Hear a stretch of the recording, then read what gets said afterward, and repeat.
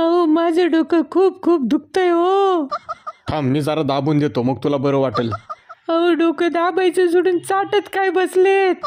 ए बाबा बघ ना, कुठं मेडिकल नाही तर दवाखाना दिसतोय का? इथं माझ्या बायकोचा जीव जायला लागलाय डोकेदुखीनी. अहो साहेब, इथं हायवेला कुठनं आलंय मेडिकल आणि दवाखाना? पुढं गाव लागल्यावर भेटेल. देवा, आता मी काय करू? साहेब, मॅडमचं डोकं दुखण्यामागं तुम्हीच कारणीभूत आहेत बरं का. नको एवढे लाड करून ठेवताय. काय बोललास? सकाळी प्रवासाला आपण निघालो नाही तेच लगेच मॅडम म्हणली भूक लागली. हां, मिसळ पावसाठी नाश्त्याला गाडी उभी केली. मॅडमनी अख्खी पावाची लादी बसवली. पुढं आलो नाही ते अर्ध्या तासाने वडापावन भजी खाल्ली. टोल नाका पास केल्यावर एक्स्ट्रा चीज पिझ्झा आणि बर्गर खाल्ला.